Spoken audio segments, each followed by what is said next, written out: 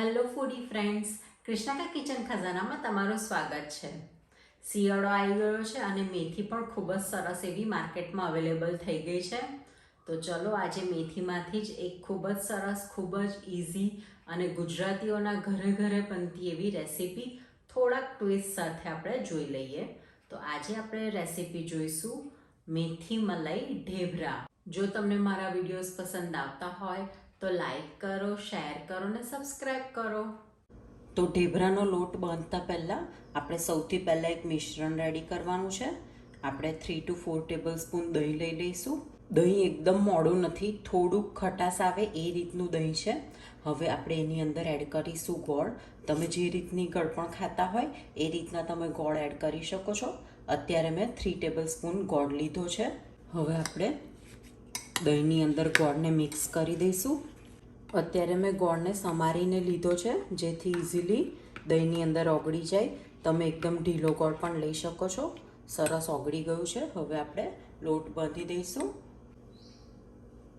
હવે બોલની અંદર હું 1.5 કપ બાજરીનો લોટ લઉં છું, 1/2 કપ ઘઉંનો લોટ.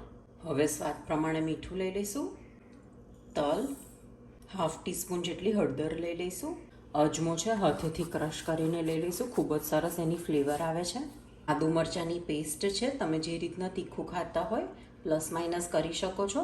હવે 1 ટેબલસ્પૂન જેટલું અથાણાનો મસાલો નાખું છું, ખૂબ જ એની સરસ અચારી ફ્લેવર આવે છે.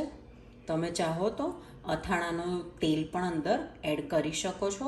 હવે એડ કરીશું ફ્રેશ મલાઈ. આપણે આની અંદર તેલનું મોણ નથી લેતા પણ મલાઈનું મોણ લઈએ છીએ. ખૂબ જ સોફ્ટ અને ખૂબ જ રીચ ફ્લેવર આવશે મલાઈ એડ કરવાથી.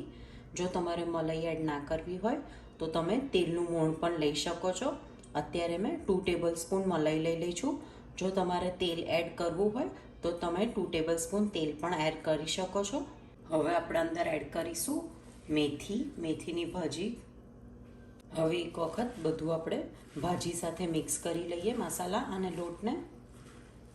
તમારે આની અંદર જો અથાણાનો મસાલો એડ ના કરવો હોય તો 1/2 ટીસ્પૂન જેટલું તમે હિંગનો પાવડર પણ એડ કરી શકો છો. પણ અથાણાનો સંભાર મસાલો નાખવાથી ખૂબ જ સરસ એની ફ્લેવર આવે છે. હવે આપણે એડ કરીશું દહીં અને ગોળનું જે મિશ્રણ બનાવ્યું હતું એ આપણે જરૂર પ્રમાણે એડ કરતા જઈશું અને એને મિક્સ કરતા જઈશું. આપણે દહીં અને ગોળથી જ લોટ બાંધવાનો છે. શિયાળામાં ઢેબરા ખૂબ જ સરસ ખાવાની મજા આવે છે. તમે નાસ્તામાં ખાઈ શકો છો, ડિનરમાં ખાઈ શકો છો. તમે ટ્રાવેલિંગમાં પણ ઢેબરા બનાવીને લઈ જઈ શકો છો. ટિફિનમાં પણ છોકરાઓને આપી શકો છો. ખૂબ જ હેલ્ધી અને ખૂબ જ ઇઝી રેસીપી છે. લોટ સરસ બંધાઈને રેડી થઈ ગયો છે. મેં જેટલું દહીં અને ગોળનું મિશ્રણ બનાવીને રેડી કર્યું હતું એ બધું જ મેં યુઝ કરી દીધું છે અને આવી રીતનો આપણે લોટ બનાવીને રેડી કરવાનો છે. હવે લોટને આપણે ઢાંકીને 2 થી 5 મિનિટ સુધીને રેસ્ટ કરવા માટે રાખીશું. 5 મિનિટ થઈ ગઈ છે. હવે આપણે લોટના લુવા વાળી દઈશું. મીડિયમ સાઇઝના આપણે બોલ્સ બનાવીને રેડી કરી લઈશું. લુવા વળીને રેડી છે. હવે લુવાને ઘઉંનું અટામણ લઈ અને વણી લઈશું.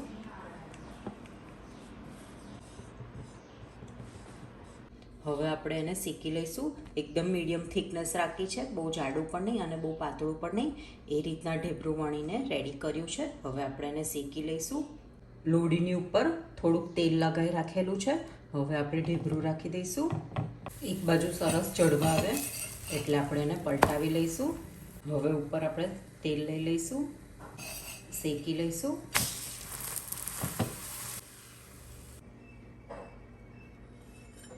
તો એકદમ સોફ્ટ અને એકદમ ટેસ્ટી ઢેબરા આપણા રેડી છે. તો શિયાળાની સિઝનની અંદર મેથી ખૂબ જ સરસ મળે છે. તો મેથી મલાઈ ઢેબરા બનાવો. તમે આને અથાણા સાથે, છુંદા સાથે, ચા સાથે, દહીં સાથે, શાક સાથે સર્વ કરી શકો છો. તો આ વિન્ટર સિઝનની અંદર મેથી મલાઈ ઢેબરા બનાવો, ખાઓ, ખિલાઓ ઓર ખુશ રહો.